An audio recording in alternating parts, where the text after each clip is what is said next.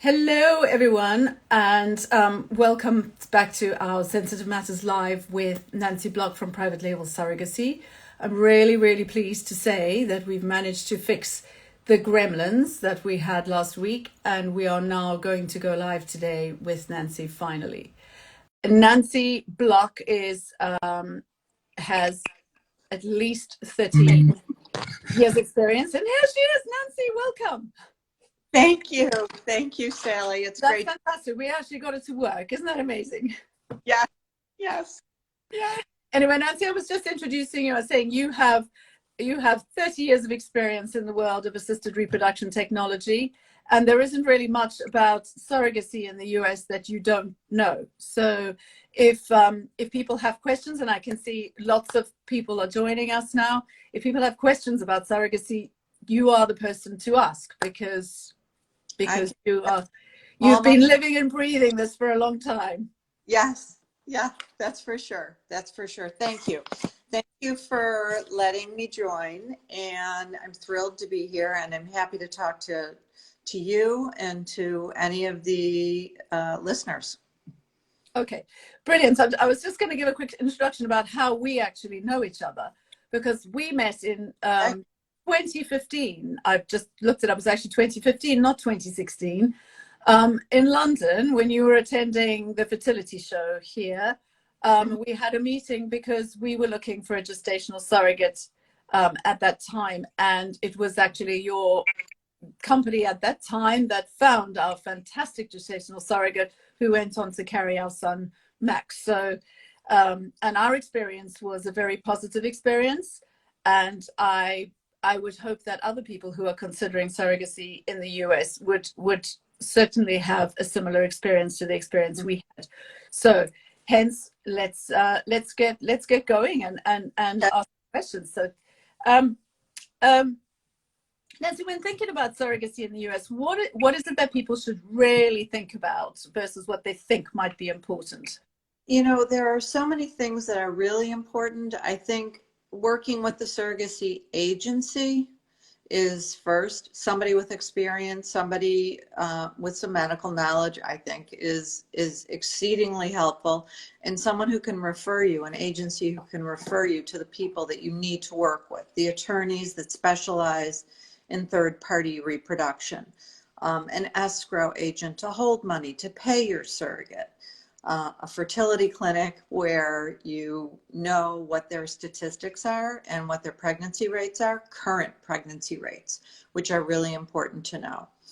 And I think by and large, excuse me, by and large, it's really very, very important to work with an agency that is responsive and that will reach out back to you and be as open and transparent as possible. There are a lot of moving parts. You've talked about quite a lot of people that have to come together in surrogacy arrangements in the US. So there's lawyers, you said, there's the fertility clinic, there's the agency, and there's also the escrow company, because actually funds go into escrow and are dispersed. It is best practice to have a third-party payer surrogate. In some states, in the US, it's illegal to hold money that is paid to your surrogate, but you're paying her according to the contract that you and she sign together. And you're not really put in a position where you have to negotiate anything with your surrogate because you're being represented by attorneys that are very professional and know what they're doing. But at the same time, it's really best to have a third party hold that money and pay your surrogate according to your contract. Yes, we certainly found that meant that we didn't have to be having any sort of financial negotiations with the surrogate. We could just talk about the pregnancy and how feeling, etc. So all of that was taken care of, and we didn't ever have to have those discussions. And I think maybe that was one of the reasons that it was smooth, because you It's have really the about the relationship. then you just follow the contract. It should be about the relationship. I mean, in the beginning, you always feel like it's about signing forms, paying money, you feel like you're an automatic ATM. You feel like you're signing legal documents. You're signing everything for everyone. and you're paying a lot of money up front, but you really aren't doing anything until your surrogate's cleared medically and until legal contracts are done. But parents and surrogates aren't involved in those negotiations. That's what the specialists are there for. That's right. Okay, that's good, and that's how I remember it being, and it was great. It all worked. It all worked very well. Um, tell us about the impact of COVID on surrogates in the US. Has COVID had a big impact on the availability of surrogates?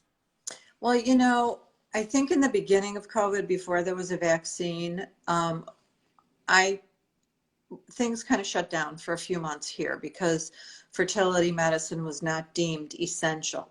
So they kind of shut down. So no one was really doing anything with surrogacy. But then I thought to myself, well, everybody's home, they're on their computers, lots of moms are on their computers. Maybe this is the time that we should increase recruiting for surrogates. And we did. And we did talk with and work with quite a few surrogates in the beginning of the pandemic. And then as of late, when the Omicron variant kind of hit over the Christmas holiday, at least in the US, and I think in many places, things did slow down, but that's also a slow time anyway. I think with the effect of COVID and the fewer healthcare employees, things are taking longer to get. Records are taking longer to get. Appointments are taking longer to get. Getting a surrogate in for her OB clearance and a pap smear to get approval is taking a little bit longer. And is that people have been let go during lockdowns? Pardon me? Is that because people have been let go during lockdowns and Actually, yeah, during lockdowns, a lot of the fertility clinics let about 50% of their staff go, and some rehired, but not everybody has. But that's not just those people. It's the psychologists, it's the attorneys, you know, everybody is behind because now I think people realize what their priorities are and they want to have a baby and they want to do it anyway. And the best way possible for some people is through surrogacy and maybe egg donation along with surrogacy. Right. Okay. Yeah, that makes sense. And are you're still managing to recruit people? Are there still surrogates available? There's still people coming forward? We are managing to recruit surrogates. It's highly competitive in the US. The time frames are a little bit longer because we're relying on other people to send us records, to send us information, to do the screening that we do before we introduce intended parents to a suitable surrogate. So yes, there are surrogates that are coming in, but there's also a lot of screening, and it takes us about 3 months to screen a surrogate before we even introduce her to intended parents that she would want to work with. In most of the cases, when we provide an introduction, like a Zoom intro, most people decide to work together because you've already done all the work. That's good, yeah. We know what people are looking for. We do ask pointed questions, and we want to introduce intended parents to surrogates who are like-minded. So in most cases, even though you may not have to have the same personality, you relate and you want to work together. Right. Okay. That sounds good. I mean, I remember our experience being very good, and I thought that what we went through, everything was very ethical and everything, and it was a totally win-win relationship, and we still have an incredibly good relationship with our gestational surrogate. But a lot of people I know in Europe think that that paying people to be surrogates is unethical or it's exploitative. Tell us a little bit about why you think in the US and why what you do is far removed from that and is win-win. As a medical professional, I'm a nurse, I'm not a doctor, but I was an OB nurse for a long time, and I took care of patients who were pregnant. I took care of patients who had babies. You put yourself at risk when you are a surrogate, and surrogates are moms. They all have children. That's part of the process of proving a surrogate, to make sure that they have had normal, healthy pregnancies. But they, yes, are putting themselves at risk. They have restrictions. They can't do certain things at certain times, either, pelvic rest, reduced activity, can't be with their kids at certain functions because not related to COVID, but simply related to activity. So surrogates are really putting themselves not just physically at risk for carrying a baby for somebody else, but are kind of putting certain parts of their lives on hold for a little bit of time. And in the US, it's very competitive. The compensation is, it will vary depending on the coast of the US that you go to. It will also vary on if the surrogate's a repeat surrogate. Supply and demand obviously will play a part in that, but most agencies have a set fee that they compensate their surrogate, but they are compensated for their time and their inconvenience and for carrying a baby, and they're not paid a bulk sum until they get through that pregnancy, and they're paid in stages and taken care of. And we want to make sure that their health is number one, because we are very medically focused at Private Label Surrogacy. Talk to us a little bit about the medical insurance in the US. I know that that's a big thing. Insurance. Insurance, yeah. It's the not exactly the bane of my existence, but it's problematic for some because there are two kinds of insurances. One, first of all, the surrogate has to have private health insurance. She cannot be on state or government assistance of any kind. But that's good, because you're making sure that that surrogates can't be exploited, or women can't be exploited. Right. We don't want them coerced if they're not earning a living. And they need this money to survive. We don't want them to be coerced into carrying a baby for somebody else. So they have to be financially stable, emotionally stable, and physically healthy, mentally stable. So there are two types of insurance, and one is, and it's all private healthcare insurance, and one will exclude the fees for surrogacy. So they won't pay for the prenatal visits at the doctor, and they won't pay for the hospital. And certainly once the baby's born, the baby is the parent's responsibility, and that's all in the contract, obviously.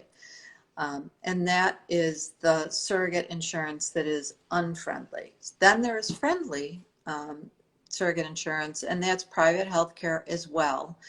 And we do a review on each of the policies for each of the surrogates to make sure that there is no surrogacy exclusion, which means that they would not pay for the doctor in the hospital. So there are two options, basically surrogate friendly or not surrogate friendly. If a surrogate needs a different policy, we can obtain that on her behalf for parents and for the surrogate through the insurance companies that we work with during open enrollment in the US, which starts in November. Last year during COVID, it was all year round, but this year things have changed a little bit, so that if they don't have surrogate-friendly insurance, we can apply for them in November, unless there's a life-changing event beforehand, and then that policy will take place after the first of the year. Okay. We get everything in writing. We do an insurance review with specialists. We share that information with the parents so that they can have an idea of what some of the expenses are. But of course, we won't know what the delivery and the hospital fee will be until after delivery. Yeah. Okay. And I guess you have an estimate based on the hospital that you know that you're going to be working with.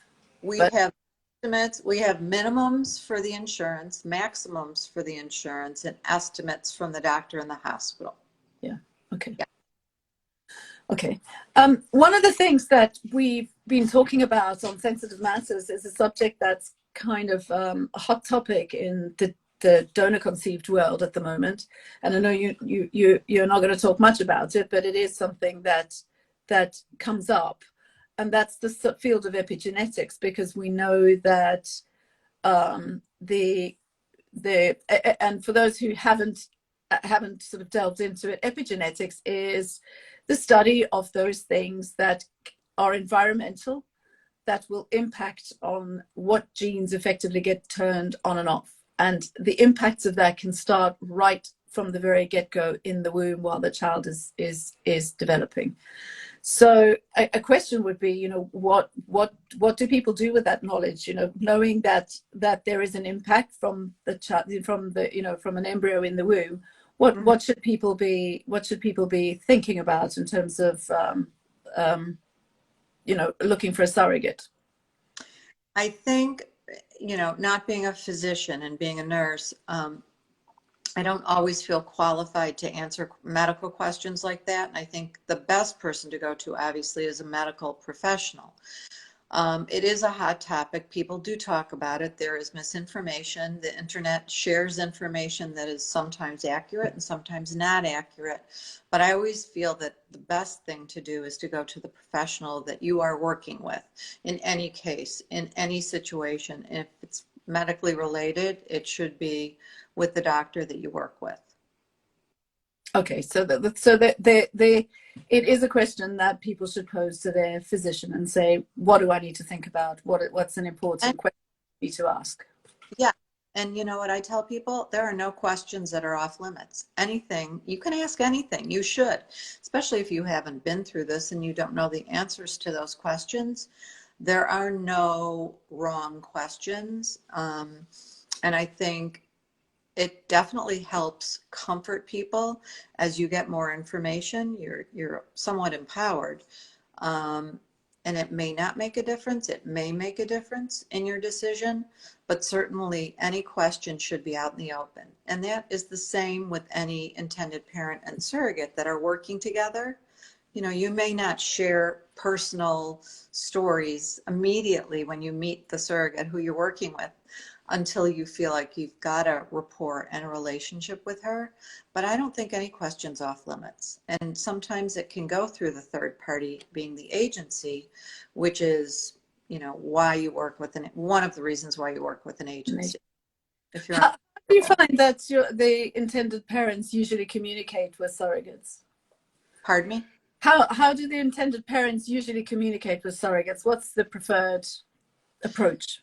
You know, I think a lot of people do text, and location wise, depending on where the parents are, if they're international, WhatsApp is used a lot. Most people, I think, do FaceTime when you're at appointments, even when parents live in the same state or the same vicinity. They're not always able to go to all the appointments with the surrogate to the doctor. So you do a lot of FaceTime. Some of the doctors are okay with that during the appointment. Some prefer after the appointment.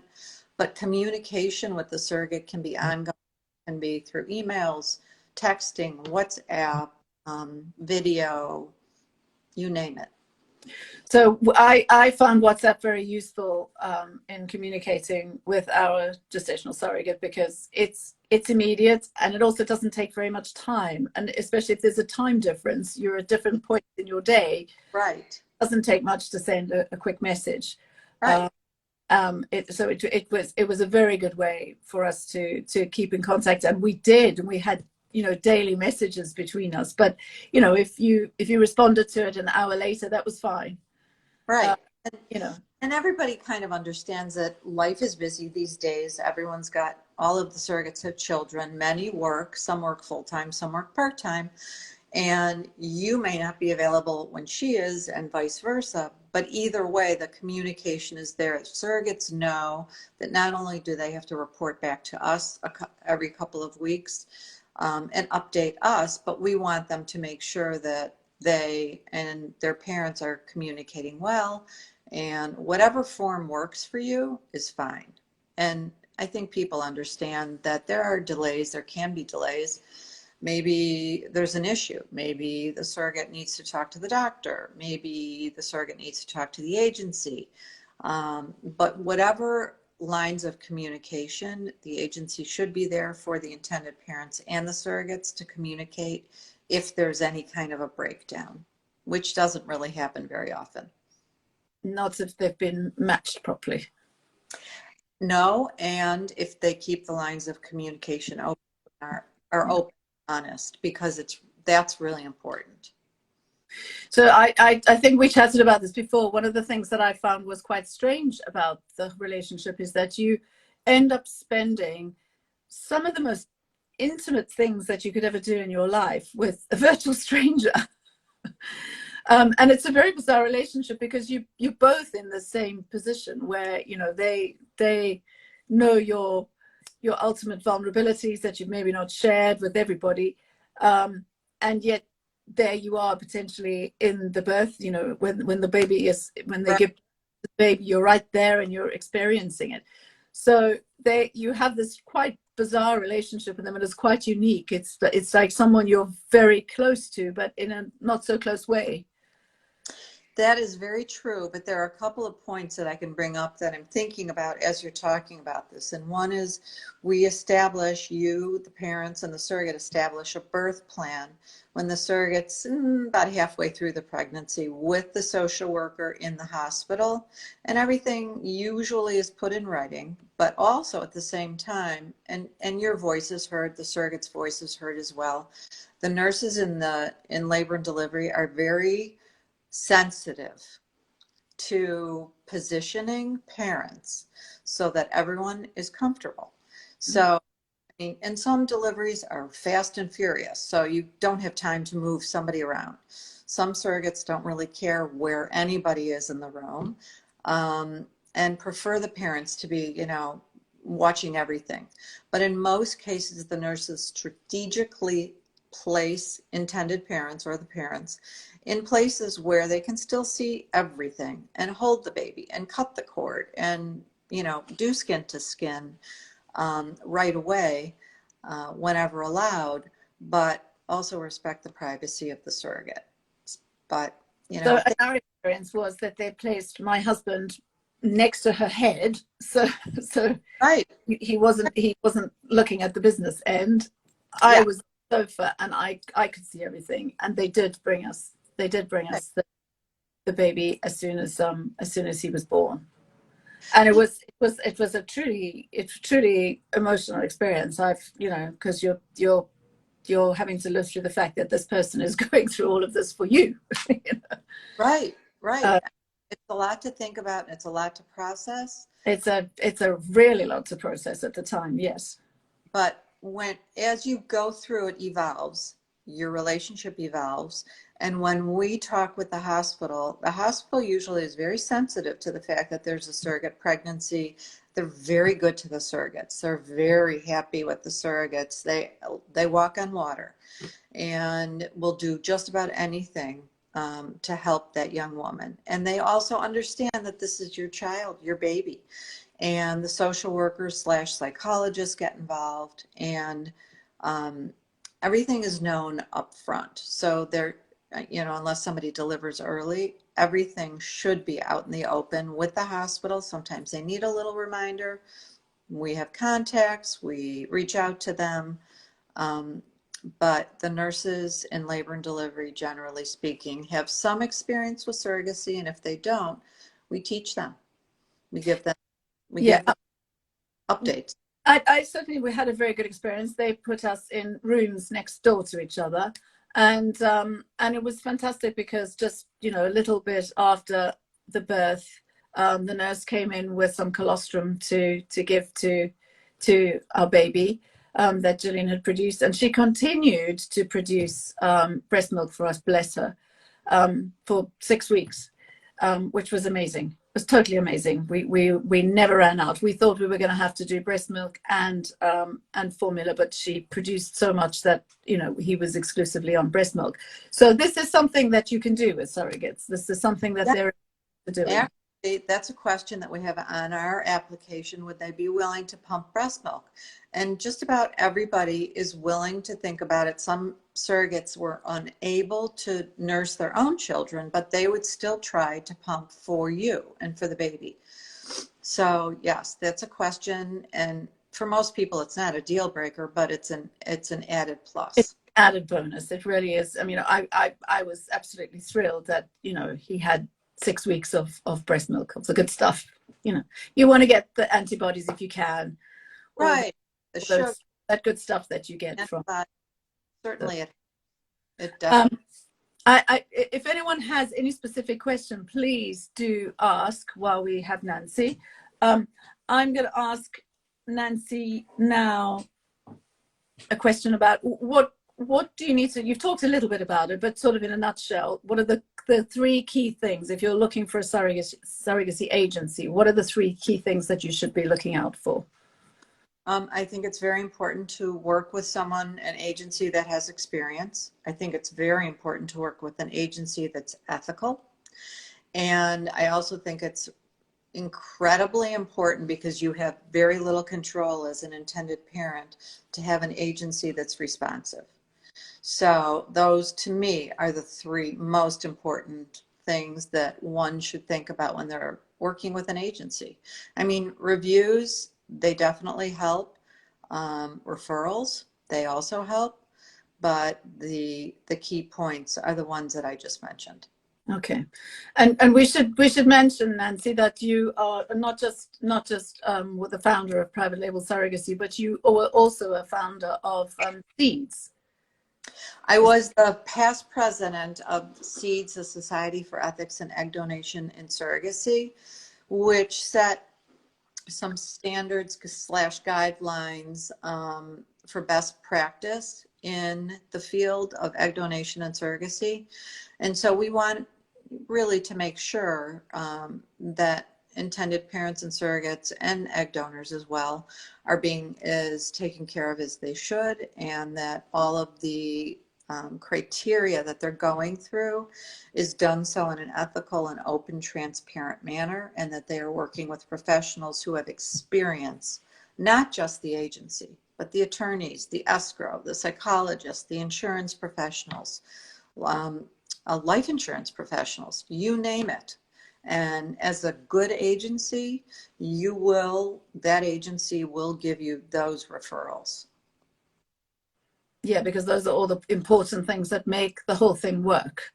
There are so many details that are involved in surrogacy. It's difficult. Like I said in the beginning, you do feel like you're filling out a lot of paperwork and that's all you're doing, and you're paying and paying and paying. But you're also working with people who are going to get you your goal, and that is to grow your family. And yes, and you're right. And actually, years later, all of that pain is completely forgotten. I don't remember it being painful at all, but I guess you're right. We did fill in lots of paperwork and sign lots of documents and have to set up escrow accounts, etc. Right. But now we have a son that we adore, and so yes, it was absolutely worth it. So of course. I mean, you don't think about the end game. You think about all the stuff in the beginning, but then once your surrogate's pregnant, then you start to think about, oh, I am going to have a baby. I'm taking this baby home. Someone trusts me to take a baby home and take care of this child. And oh my gosh, what am I going to do? And I don't know. And it's scary. Even when I was an OB nurse and I took care of patients for 17 years who had babies, I went home and the first person I called was my mom. And I knew what I was doing. So, it's definitely daunting. It's a lot. And you hope and wish and plan and do as much as you can. And there are some unexpected occurrences. But, the bottom line is you're bringing home a baby and you have to prepare. And you've got to get on with it. Right. And no new parent really knows what to do with their tiny little things. Everyone muddles through. That's true. But parents do, in most cases, are provided a room in the hospital to learn how to take care of their baby. And that helps for at least 24 to 48 hours. Yes, the nurses were helpful. They at least said, this is how you wash them. Right. You feed them. This is how you do this. You swaddle them like they're a little egg roll, and then you get to take them home and do this for 2 weeks. Yeah, exactly. Nancy, because obviously we are all about books for telling children about how they came to be. Do you find it that people find it easy to talk to their children about their surrogacy journey, and potentially the surrogacy journey also involves an egg donor as well? I think the earlier you start, from what I've been told from the psychologists and from friends and clients who've gone through these experiences, kids understand in stages. They understand what they're going through, what you went through, how badly you wanted them. They only get bits and pieces in the beginning, but if you start to talk about it early enough, I don't think it's a difficult process, because kids absorb at what they can absorb at that age. And they do understand it's probably less of a big deal to them as it is to the parents in the beginning, because if you start talking about this early, they grow up with this. This is something that is just part of their life. Yes. And that's been our experience, is talking early. They love to see photographs of themselves, obviously, as a baby. they Right. love to see photographs of themselves. So that's been our experience. It's been very easy. And obviously we'd expect the conversations maybe to get a bit harder, but we don't have to broach the topic later on. We just have to answer slightly more difficult questions, I guess. And we Yeah. just prepare And for that. if you do work with an egg donor, it's always good to have contact in the future, if you can, for medical information, because donors are young. They're mostly in their 20s. Their parents are also probably young. Grandparents may be alive or not alive, but there may not be a lot of medical history known at that point. And so that's why it's good to keep in touch with your egg donor through whatever channel you can. Through an email, you put it in a contract, you designate an email for that purpose so that you can get updates. Yes, I mean, I would say, having gone through the route of the anonymous egg donor, I now think, oh, I wish that we actually knew our egg donor, and I wish we had contact with the egg donor. You feel quite differently years later than what you feel when you're going through infertility. I think it's quite a different thing. So I think there are ways to not get around that, but for intended parents that we had that had anonymous donors, they contact us, even from my first agency, because Private Label Surrogacy is my second agency. But when I sold my first agency, I kept all records. And I have had intended parents, or mothers and fathers, contact me for information related to their egg donor. So I then contact the donor. There are ways to. And do those donors often, do those donors sometimes change their mind about wanting to be anonymous? Do they then decide they're happy to be contacted directly, or do they just happy to have contact via the agency or via yourself? I think when I started all of this in 2000, it was unheard of to, have any communication. But now I think donors by and large really understand the reasons, especially because many of our donors are now moms. So they also get that. Mm. Most donors are very willing to have some sort of contact, whether it be through a third party or direct contact. A lot of people send pictures. Like I've been contacted by donors or intended parents or parents, and they share pictures, and I send them back and forth and get medical information, any updates on medical information. So there are channels that we do use, so that if you do need to contact somebody or get updates, that can be done. And I'm a proponent for that, because that's something that your child is entitled to know, and you should know for the future, for his health. Yeah, absolutely.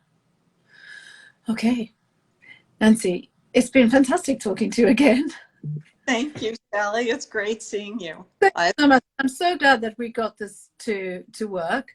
If anybody is interested in, and if anybody needs to get in touch with Nancy and talk about surrogacy in the US, then your website is Private Label Surrogacy, and it's .com, yeah?